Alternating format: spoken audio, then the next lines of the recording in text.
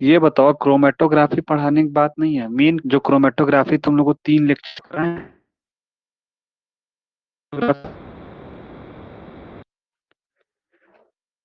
तो तुम लोग को एसपीएम के हिसाब से, कैंपस के हिसाब से चलना है।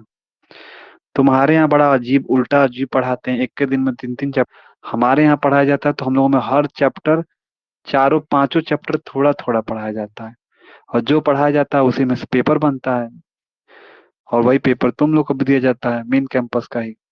तो जो यहाँ का क्वेश्चन पेपर रहता है सेम हूबहू वहाँ आता है। तो तुम लोग बताओ क्या ऑप्शन, कौन सा ऑप्शन है, कैसे करना है।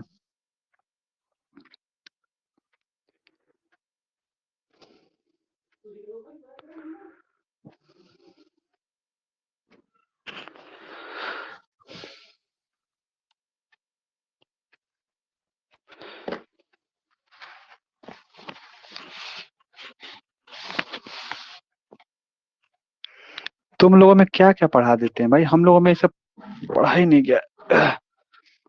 कैंपस में कुछ और पढ़ा रहे, एसपीएम में कुछ और पढ़ा रहे हैं। इतना ध्यान देना, जो कैंपस में न्यूमेरिकल अगर कोई टीचर कराएगा, न्यूमेरिकल में अगर वैल्यू रहेगा 3.4, तो 3.4 ही देंगे वो लोग। मतलब चेंज नहीं रहता है मेन कैंपस में, जो चीज मेन कैंपस में कराएंगे वही देते हैं। एक वैल्यू ना, एक अंक ना इधर चेंज रहता है। केमिस्ट्री में अगर स्ट्रक्चर, अगर CH3CH2 बना रहेगा ना इस तरीके से, CH3C डबल बॉन्ड ओ और OH लिखा रहेगा, तो कॉपी में भी, फाइनल पेपर में भी, पेपर में आएगा तो यही लिख के आता है। यहाँ तक कुछ चेंज पेंज नहीं रहता है। ठीक है। पेपर क्रोमेटोग्राफी ठीक है, कल पढ़ा देंगे, हमको टॉपिक बता दिया करो क्या पढ़ाना है, तो हम करा दिया करेंगे। तो क्रोमेटोग्राफी में जहां तक मैंने पढ़ाया वहां तक मेन कैंपस में पढ़ाया गया, ठीक है। अंजना, आवाज क्लियर आ रही है?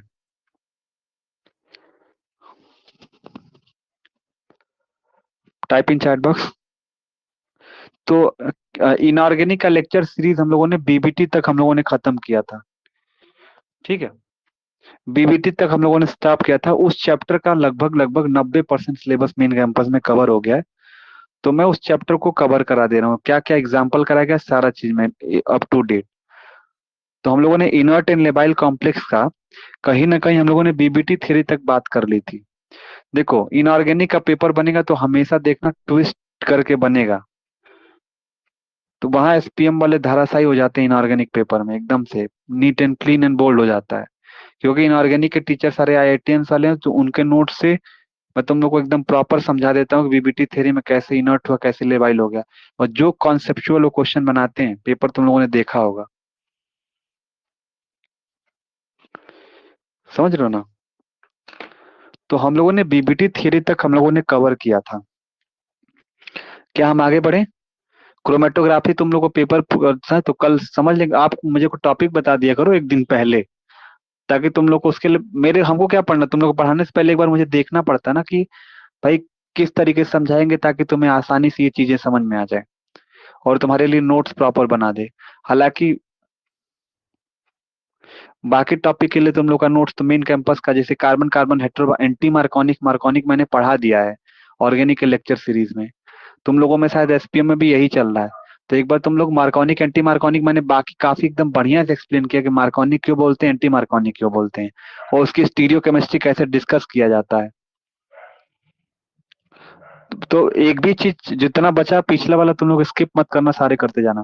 चलो आज की क्लास में हम लोग देखते हैं क्या, जो इनऑर्गेनिक का हम लोगों ने लेक्चर सीरीज 3 या 4 हम लोगों ने खत्म किया था, उसको आगे बढ़ाते हैं, उस चैप्टर नंबर 1 को पूरी तरीके से कंप्लीट कर लेंगे, ठीक है। जो भी 4-5 दिन जो भी लगे, और क्योंकि काफी स्कोरिंग भी है, तो यहाँ पे बात करेंगे। हेडिंग डालोगे लेबेलिटी एंड इनर्टनेस। इसको पहले समझोगे क्या होता है। Inertness on the basis of CFT, on the basis of CFT, ठीक है ना, विजिबल है। तो इनर्टनेस और लेबिलिटी जो होगा, अब हमें यहाँ पे देखना है कि क्रिस्टल फील्ड स्टेबलाइजेशन एनर्जी के बेसिस पे, क्रिस्टल फील्ड एनर्जी के बेसिस पे हम लोग कैसे अलग करते हैं, ठीक है। तो यहाँ पे बेसिकली अगर हम बात करते हैं, तो इनर्ट एंड लेबिलिटी का जो कॉन्सेप्ट होता है सीएफटी के बेसिस पे हम लोग बेसिकली इसके दो फैक्टर रिस्पॉन्सिबल हैं। तो बताओगे, कहोगे कि इट कैन बी एक्सप्लेन, ठीक है, on the basis of following two factor, दो फैक्टर पे हमारा ये रिस्पॉन्सिबल रहता है। कौन कौन सा? पहला, तो हमें डी ऑर्बिटल का कॉन्फ़िगरेशन होना चाहिए। ए आप लिखोगे क्या? डी ऑर्बिटल के डी ऑर्बिटल के कॉन्फ़िगरेशन पे डिपेंड करता है, ठीक है, डी ऑर्बिटल के कॉन्फ़िगरेशन पे डिपेंड करता है। और दूसरा, इसके एक्टिवेशन एनर्जी पे डिपेंड करता है। दूसरा क्या हो गया? क्रिस्टल फील्ड एक्टिवेशन एनर्जी, ध्यान दीजिएगा, एक्टिवेशन एनर्जी पे डिपेंड करता है। और स्क्वायर प्लेनर का जब आप यहाँ पे निकालोगे ना, यहाँ पे स्पेशल केस है जो पूछा जाता है, वो एक्टिवेशन एनर्जी से ही करोगे। तो यहाँ पे जो इनर्टनेस एंड लेबाइल, इसके पहले जो हम लोगों ने पढ़ा था वो कहीं ना कहीं बीबीटी के थ्योरी पढ़ा था। Inner complex, outer orbital complex कैसे होता है। यहाँ पे हम लोग देखने वाले हैं कि इनर्ट एंड लेबिलिटी सीएफटी पे कैसे हम लोग क्रिस्टल फील्ड थियरी के हिसाब से हम लोग कैसे यहाँ पे डिटरमाइन करेंगे, कैसे पता करेंगे कि हमारा कौन सा इनर्ट होगा, कौन सा लेबाइल होगा, अगर एग्जाम्पल दे दिया जाता है तो। क्योंकि कहीं ना कहीं बीबीटी थियरी फेल होगी तभी तो सीएफटी थियरी आई होगी, ठीक है। तो मैक्सिमम क्वेश्चन जो मेन कैंपस का पूछा जाता है वो यहाँ से, कहाँ से? Liability and inertness on the basis of CFT काफी पूछा जाता है। तो आपको ये जो क्वेश्चन सॉल्व करने हैं वो दो बेसिकली दो फॉलोइंग फैक्टर पे डिपेंड करते हैं। दो फैक्टर का यूज करके आपको निकालना है। एक आपको डी ऑर्बिटल के कॉन्फ़िगरेशन से निकालना है, दूसरा क्रिस्टल फील्ड एक्टिवेशन एनर्जी से निकालना है।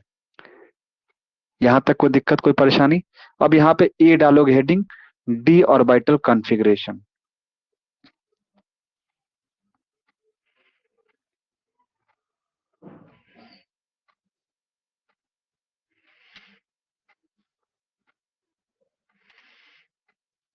ठीक है, चीजों को समझते जाना, कभी रटने की कोशिश मत करना, रटने जाओगे तो वो दिक्कत पैदा कर देगा। डी ऑर्बिटल कॉन्फ़िगरेशन के बारे में बात करते हैं। तो आपको पता है कि डी में टोटल कितना घर होता है? कहोगे डी में ऑर्बिटल में टोटल 5 घर होता है। 1 2 3 4 5, 1 2 3 4 5 घर होते हैं। तो जब डी ऑर्बिटल स्प्लिट होता है तो कहोगे कि दो पार्ट में टूटता है, या तो बेसिकली ईजी और टी2जी में। तो हम यहाँ लिख देते हैं ईजी, लिख देते हैं इधर, लिख देते हैं टी2जी, मतलब कि दो पार्ट में ही हमारा स्प्लिट होता है, ठीक है। यानी कि आप, मैंने उसको उल्टा लिखा, कैसे भी लिखो, मतलब सिंपली बताओगे कि टी2जी नीचे रहता है और ईजी हमारा ऊपर रहता है। अगर ऑक्टाहेड्रल पढ़ेंगे तो ऐसे ही होता है, टेट्राहेड्रल रहता है तो जिसका उल्टा हो जाता है। तो कहोगे कि हमारा कहीं ना कहीं डी ऑर्बिटल की स्प्लिटिंग पे या डी ऑर्बिटल के कॉन्फ़िगरेशन पे हमारा इनर्ट एंड लेबिलिटी डिपेंड करता है, ठीक है। तो यहाँ पे एक चीज ध्यान दीजिएगा, यहाँ पे आपने क्या लिखा? आपने बोला कि मान लेते कि हमारे पास दो पार्ट में स्प्लिट हुआ, टी2जी और ईजी में, ठीक है। डी ऑर्बिटल है, डी कॉन्फ़िगरेशन है, टी2जी और ईजी में टूटा, ठीक है। अगर पॉइंट नंबर 1 डालोगे, ये मैंने लिखा है, पॉइंट नंबर ए में बताओगे कि अगर हमारा डी ऑर्बिटल है तो टी2जी में टूटेगा और ईजी में टूटेगा। ऊपर नीचे कुछ भी लिख सकते हो,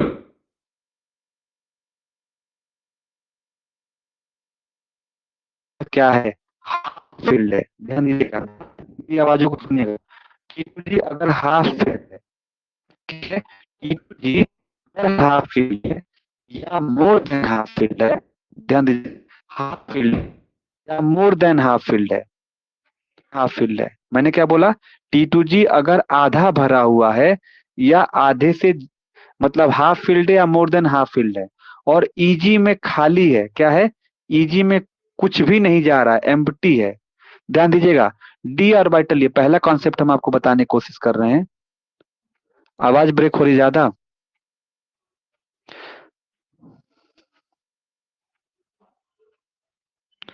क्या आवाज ज्यादा ब्रेक हो रही है? Type in chat box.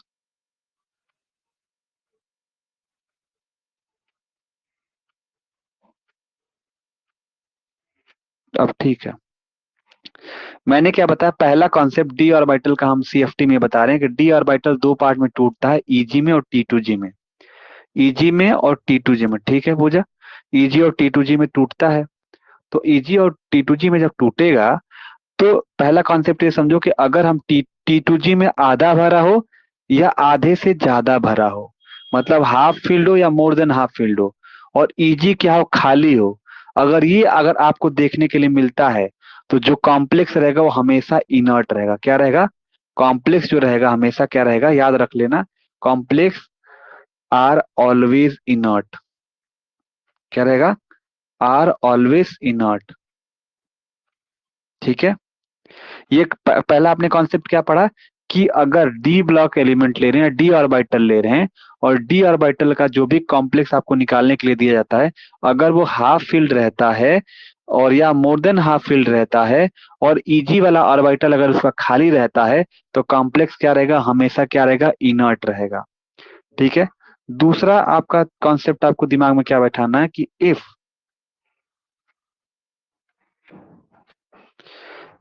3 electron, देखो, इफ 3 or more than 3,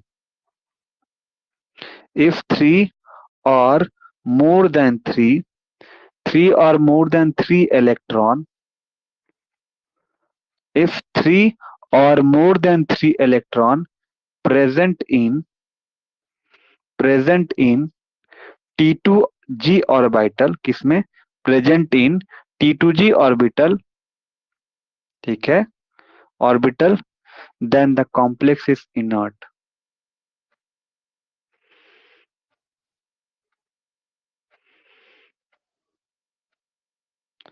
पहला आपने क्या बताया, पहला कॉन्सेप्ट यही आपने बताया कि भैया अगर T2G में हाफ फील्ड हो या हाफ फील्ड से ज्यादा हो, तो हमारा कंप्लीट, और हमारा EG जो खाली रहता है, तो हमारा कॉम्प्लेक्स इनर्ट होगा। दूसरा कॉन्सेप्ट आपने बताया कि अगर 3 या 3 से ज्यादा इलेक्ट्रॉन प्रेजेंट हो T2G ऑर्बिटल में, तीन हो मतलब दो ना हो, जैसे क्या होता है तुम्हें पता है, T2G का ये 3 ऑर्बिटल होता है ना, 3 घर होता है, तो 3 इलेक्ट्रॉन रहे, दो रहेंगे तो लेबाइल हो जाएगा। अगर 3 हो और 3 से ज्यादा हो तो क्या होता है, कॉम्प्लेक्स हमेशा क्या होगा, इनर्ट होगा। तीसरा तीसरा आप रूल आप याद रखोगे, तीसरा रूल क्या रहेगा इसके लिए, तीसरा रूल ये रहता है कि इफ अगर T2G में 0 इलेक्ट्रॉन हो, अगर T2G में 1 इलेक्ट्रॉन हो, और T2G में अगर 2 इलेक्ट्रॉन हो, ठीक है, T2G में 1 इलेक्ट्रॉन हो, 0 इलेक्ट्रॉन हो, 2 इलेक्ट्रॉन अगर प्रेजेंट रहता है, 2 इलेक्ट्रॉन प्रेजेंट रहता है, किसके अंदर प्रेजेंट रहता है, तो T2G के अंदर अगर प्रेजेंट रहता है, T2G के तो हमेशा क्या रहेगा, then complex is labile, then complex is labile. ठीक है। देखो, हमने कॉन्सेप्ट में तुमको क्या अभी क्वेश्चन कराएंगे, तुम एक बार में समझो, मैंने मैंने आपको और मैंने रूल नहीं बताया कि हमारा डी ऑर्बिटल में क्या होता है, T2G होता है और EG होता है, हमने ये बताया आपको, स्प्लिटिंग बताया। फिर मैंने आप कॉन्सेप्ट लिखाना चालू किया कि डी ऑर्बिटल में अगर T2G आधा भरा हुआ है या आधे से ज्यादा भरा हुआ है, और उसी समय EG खाली रहता है, तो हमारा क्या होगा, इनर्ट होगा। अगर 3 इलेक्ट्रॉन या 3 से ज्यादा इलेक्ट्रॉन T2G ऑर्बिटल में हो, 3 इलेक्ट्रॉन और इसी में 3 इलेक्ट्रॉन हो T2G में, और T2G में 3 से अगर ज्यादा इलेक्ट्रॉन हो, तो हमेशा क्या रहेगा, इनर्ट रहेगा।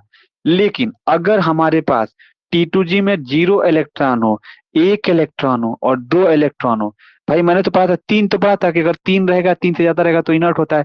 अब 0 1 2 रहेगा तो क्या रहेगा, तो कहोगे वो लेबाइल हो जाएगा। क्या हो जाएगा, लेबाइल हो जाएगा। तो आपने पढ़ा कि EG में कुछ अभी नहीं भर रहे हैं। अब चौथा कॉन्सेप्ट ये बताओ कि अगर EG में एक भी इलेक्ट्रॉन चला जाएगा, EG में एक भी इलेक्ट्रॉन चला जाएगा तो क्या हो जाएगा, वो लेबाइल हो जाएगा। तो चौथा पॉइंट आप दिमाग में ही बैठाओगे कि any electron if any electron is present in present in if any electron present in EG orbital, क्योंकि अभी तक तो हम लोग EG ऑर्बिटल के बारे में बात ही नहीं कर रहे थे, तो अगर कोई भी इलेक्ट्रॉन EG ऑर्बिटल में प्रेजेंट रहता है, तो जो कॉम्प्लेक्स रहेगा, कहोगे then the complex will be labile. क्या हो जाएगा, लेबाइल हो जाएगा। ठीक है। अब तुम्हें कुछ एग्जाम्पल कराना चाहेंगे। अगर एग्जाम्पल में कहूंगा, अगर डी में 0 इलेक्ट्रॉन है, अगर मान लो कोई कॉम्प्लेक्स लेते हो और डी में 0 आ जाता है, तो क्या कहोगे, तो ये टूटेगा, तो कहोगे T2G में टूटेगा, T2G में टूटेगा, और Eg में टूटेगा तो D में 0 इलेक्ट्रॉन है। आपने क्या पढ़ा कि अगर 0 इलेक्ट्रॉन रहेगा तो क्या हो जाएगा, लेबाइल। तो आंख मूंद के लिख दोगे कि वो लेबाइल है। उसके बाद मान लेते हैं कि डी में 2 इलेक्ट्रॉन है, तो दो पार्ट में टूटेगा तो T2G में टूटेगा और Eg में टूटेगा तो 1 इलेक्ट्रॉन 2 इलेक्ट्रॉन। आप नहीं पढ़ा कि अगर 0 1 2 T2G में इलेक्ट्रॉन दिखता है, Eg तो खाली ही है ना। अब 2 इलेक्ट्रॉन है तो पहले नीचे भरोगे तब तो ऊपर बचेगा, तब तो ऊपर भरेंगे। तो अब अगर T2G में क्या है, 2 इलेक्ट्रॉन है तो क्या हो जाएगा, लेबाइल हो जाएगा। अब यहाँ D3 दे देते हैं तुमको, तो D3 कहोगे दो पार्ट में टूटेगा, T2G में और Eg में। तो मान लो 1 2 3 इलेक्ट्रॉन हो गए। आपने पहले ही पढ़ा कि अगर 3 इलेक्ट्रॉन हो या 3 से ज्यादा इलेक्ट्रॉन हो किसके अंदर, T2G के अंदर। भाई 3 इलेक्ट्रॉन हो तो 3 T2G में गया ना, Eg में थोड़े गया। तो ये क्या हो जाएगा, तब हमारा 3 या 3 से ज्यादा इलेक्ट्रॉन हो तो क्या हो जाएगा, आपने क्या पढ़ा है, आपने पढ़ा है कि ये क्या होता है, इनर्ट होता है। तो क्या कह दोगे, इनर्ट होता है। क्या होता है, इनर्ट होता है। ठीक है, यहाँ तक कोई दिक्कत, कोई परेशानी। अब यहाँ पे लेते हैं D4 लेते हैं। ठीक है, D4 लेंगे। यहाँ पे D4 लेते हैं तो मान लो D4 हो गया, तो D4 टूटेगा तो T2G में टूटेगा और Eg में टूटेगा। ठीक है, तो Eg में तो एक तो D4 ऐसे हुआ कि भाई D4 जो होगा दो तरीके का बनेगा, एक हाई स्पिन बनेगा, एक लो स्पिन बनेगा। एक लो स्पिन हो गया, एक हाई स्पिन का ले लेते हैं D4, और इसको इसको भी तोड़ देते हैं T2G में और Eg में। अच्छा, हाई स्पिन रहेगा तो क्या होगा, हाई स्पिन रहेगा, हाई स्पिन रहेगा तो कहोगे कि 4 इलेक्ट्रॉन है ना, तो एक एक ठो दे देंगे, 1 2 3, और बचेगा चौथा इलेक्ट्रॉन तो चौथा ऊपर चला जाता है, हाई स्पिन। और लो स्पिन में क्या होता है, 1 2 3 भर देते हैं, फिर जो चौथा बचेगा ना वो पहले खुद पेट, लो स्पिन वाला कॉन्सेप्ट तो पहले खुद पेट भरेगा, तो मतलब चौथा इलेक्ट्रॉन इसी T2G में चला आता है। तो अब इन दोनों को कैसे करोगे, हाई स्पिन में क्या होगा कि T2G में रह गया, और हाई स्पिन में क्या हो गया कि T2G में रह गया और Eg में चला गया, लो स्पिन में क्या रहा, खाली T2G में रह गया। तो ऐसे इनर्ट इनेबिलिटी कैसे बताओगे, कैसे बताओगे कौन सा इनर्ट है कौन सा लेबाइल है, बताओ। तो हाई स्पिन में आप क्या पढ़े थे, आपने यही पढ़ा था लास्ट लाइन को कॉन्सेप्ट अगर याद होगा, आपने यही लिखा है कॉन्सेप्ट में कि अगर भैया एक इलेक्ट्रॉनवा Eg में गया, एक भी इलेक्ट्रॉन Eg में चला जाता है तो वो लेबाइल हो जाता है। तो इसमें देखो लो स्पिन में क्या है कि खाली T2G में गया है, और हाई स्पिन में क्या है कि T2G और Eg दोनों में गया है, तो Eg में इलेक्ट्रॉन यहाँ चला गया है, तो मतलब एक भी इलेक्ट्रॉन अगर Eg में चला जाएगा तो हमारा क्या हो जाएगा, CFSC के दौरान ये क्या हो जाएगा, लेबाइल हो जाएगा। अब इसमें क्या पढ़ा था कि T2G में 3 इलेक्ट्रॉन हो या 3 से ज्यादा इलेक्ट्रॉन, तो भाई 3 तो है ही है, और 3 से ज्यादा चौथा वाला भी इसी में है। तो आपने पढ़ा था कि अगर 3 हो या 3 से ज्यादा हो तो क्या हो जाता है, इनर्ट हो जाता है। तो लो स्पिन वाला इनर्ट हो जाएगा और ये वाला क्या हो जाएगा, पूजा, लेबाइल हो जाएगा। अंजना, पूजा, क्लियर हुआ? आपको बस खाली ये 4 लाइन याद कर लेना है। 4 लाइन को एक बार फिर से हम समझा दे रहे हैं क्या होता है। अगर ये कर लिए तो CFSC का आधा दर्द दुनिया तुम्हारा खत्म हो जाएगा। क्या होता है मैं बता दे रहा हूं। आपने क्या पढ़ा, आपने यही पढ़ा कि डी ब्लॉक, यहां मैंने स्प्लिटिंग दिखाई है, इसको ऐसे अंडरलाइन कर लो, ठीक है ना, इस तरीके से। मैंने आपको कॉन्सेप्ट में यही समझाया कि भैया डी ब्लॉक स्प्लिट होता है T2G में और Eg में। मैंने यही बताया कि पहला कॉन्सेप्ट, पहला रूल लेने यही बताया कि अगर डी ब्लॉक में T2G, यानी कि नीचे मैंने यहाँ ऊपर भले दिखा दिया है, मैंने ये लिखा है कि अगर Eg खाली रहता है और T2G आधा भरा रहता है या उससे ज्यादा भरा रहता है तो हमेशा जो कॉम्प्लेक्स होगा क्या होगा, इनर्ट होगा। फिर आपने दूसरा कॉन्सेप्ट, दो हमने 4 पॉइंट लिखवाया जिसमें 2 पॉइंट हमने इनर्ट के बारे में लिखवाया है और 2 पॉइंट हमने लेबाइल के बारे में लिखा है। और दूसरा पॉइंट हमने बताया कि अगर हमारे पास T2G में 3 इलेक्ट्रॉन हो या 3 से ज्यादा इलेक्ट्रॉन T2G में देखने के लिए मिल रहा है, T2G में ही 3 इलेक्ट्रॉन मिले और फिर T2G में ही 3 से ज्यादा इलेक्ट्रॉन देखने के लिए मिलता है और फिर भी Eg खाली रहता है, तो उस केस में हमारा कॉम्प्लेक्स क्या होगा, इनर्ट होगा। लेबाइल का 2 कॉन्सेप्ट मैंने क्या लिखा है, अगर हमारा T2G में 0 इलेक्ट्रॉन हो, 1 इलेक्ट्रॉन हो, 2 इलेक्ट्रॉन हो तो हमारा कॉम्प्लेक्स क्या हो जाएगा, लेबाइल हो जाएगा। और अगर एक भी इलेक्ट्रॉन आपको Eg में चलता हुआ दिखाई दे देता है तो उस समय कॉम्प्लेक्स हो जाएगा और क्या हो जाएगा, लेबाइल हो जाएगा। कॉन्सेप्ट समझ में आया, क्लियर हुआ क्या मैंने बोला, क्या चीजें मैंने समझाई, क्रिस्टल क्लियर है? तो क्वेश्चन अब सॉल्व कर लोगे। D0 का आपने सॉल्व किया, D2 लिया, D3 लिया, D4 लिया। ठीक है, अब हम थोड़ा D5 लेते हैं।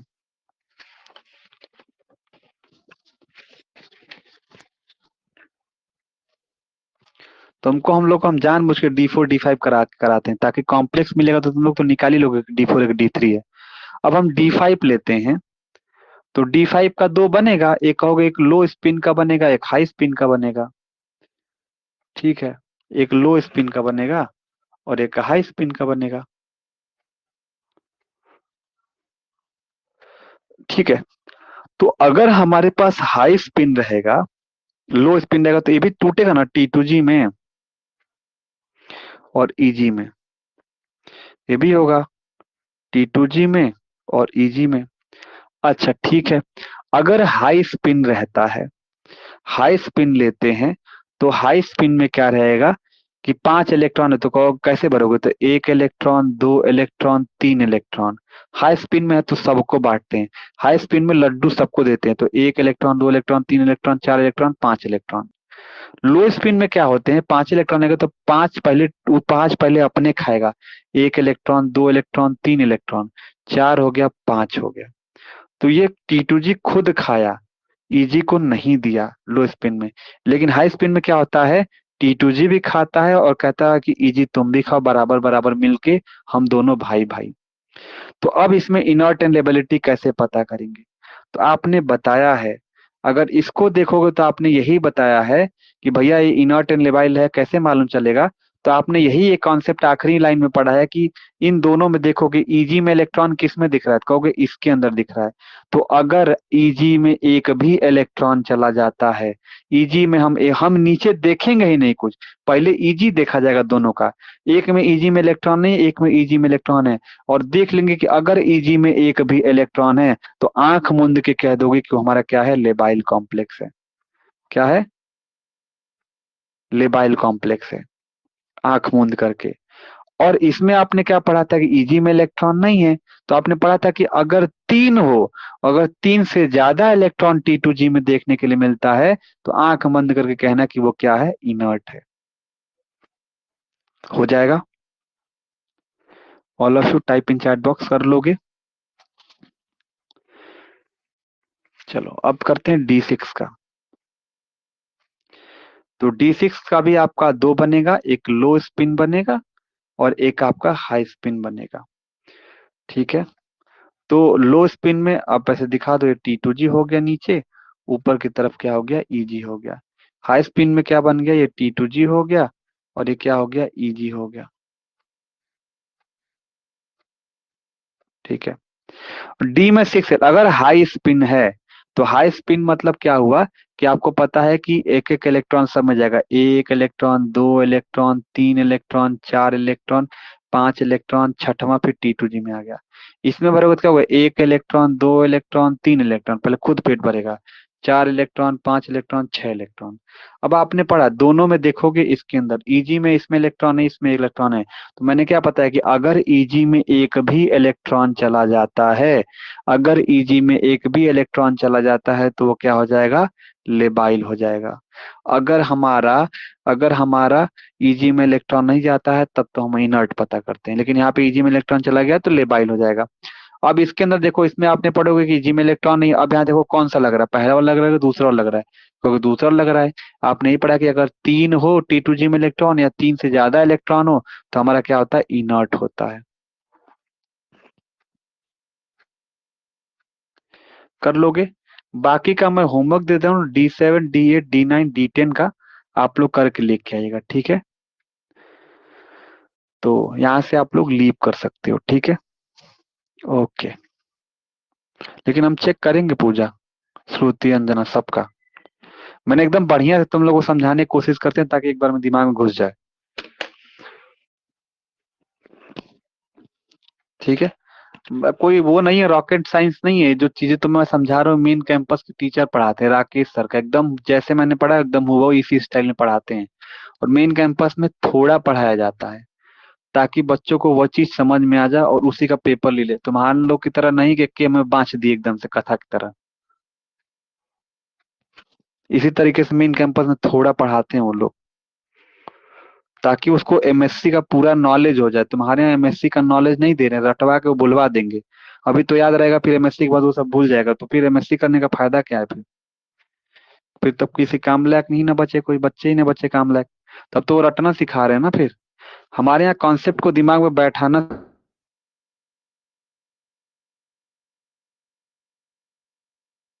तुम्हारे यहाँ मशीन बना रहे हैं बैठा के। एक तो पैसे भी ले ले रहे हैं 25, ऊपर से मशीन बनाने का काम कर रहे हैं। कम से कम ऐसा पढ़ाओ कि बच्चों के दिमाग में कॉन्सेप्ट बैठ जाए और जाके आगे चल के कहीं पढ़ा पढ़ू सके।